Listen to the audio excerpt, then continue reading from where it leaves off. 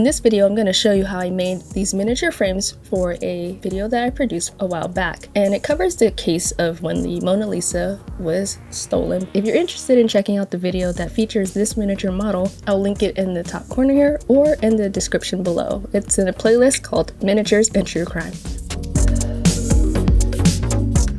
Everything that you see on the trimming on the baseboard, on the wainscoting, and even on the picture frames, I built that all from scratch. So I manufactured the trimmings and pieces that I need by cutting 3 different size strips of wood, 2 different sizes in basswood, and a much thinner piece in balsa wood. Apart from the repetitious manufacturing work of making your own trimming, it's fairly simple, pretty straightforward, and easy to do.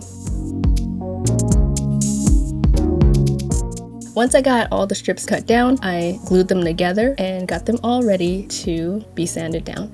And due to the amount of time that I had to actually produce these videos, I didn't really have much time to create as many intricate pieces as I would have liked to, and making like individual frames with different types of detailing, such as rope detailing and scrolls and things like that. I wish I had the time to do that. Because I had very little time to put all of this together from beginning to end, I had to come up with something that was simple enough, but also that I can use for a variety of different things in the room. So I just kept the design very minimal.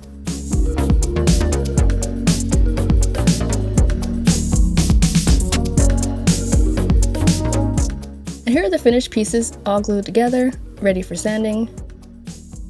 And here I'm just smoothing down the entire piece first, just sanding everything down just to get any loose frayed edges off of the strips, just cleaning it up a little bit, and then finally going a little heavy-handed on one end just to create a little bit of a profile and shaping that piece of balsa so that there is some type of detailing, as you'll see here in a minute. And if you had the time to and wanted to add more detailing to it, you could certainly do that. You can even add more than 3 layers. I just happened to do 3 layers because it was just a good amount to kind of create some depth and some dimension, and it was something that would allow me to keep things simple so I can create something nice and also meet my deadline.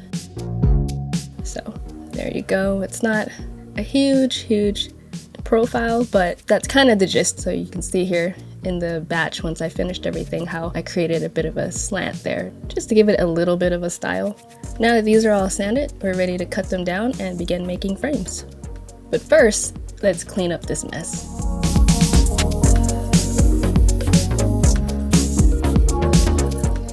We just cut down the frames to size and simply assemble them. And I'm just assembling the pieces here with just some PVA glue. So PVA obviously allows a little flexibility and time to be able to just make some adjustments before it completely cures, just to make sure it's the way you'd like it to be.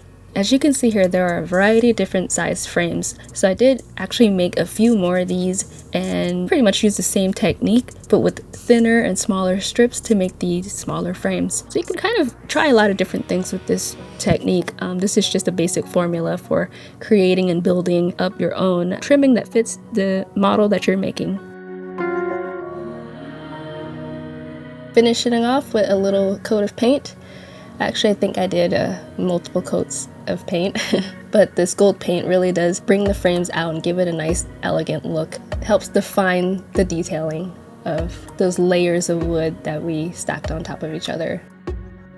And here it is, the finished picture frame.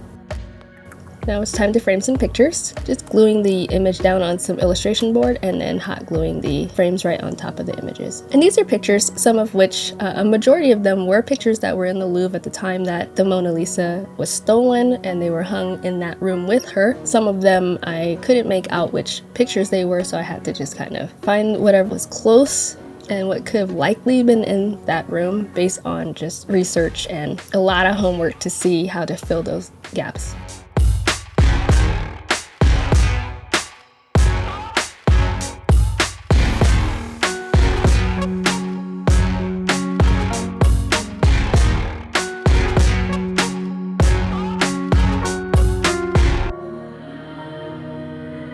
For the installation, I just used some museum mount, and the reason why I don't permanently affix these things down is because when I'm filming and I have to shoot from different angles, the compositions I choose may sometimes require me to make slight adjustments to some of the set dressings to be able to fill empty spaces or just so that the composition balances out. So everything has to be modular, movable, basically like miniature sets. And that's pretty much how I made the frames. Very simple process.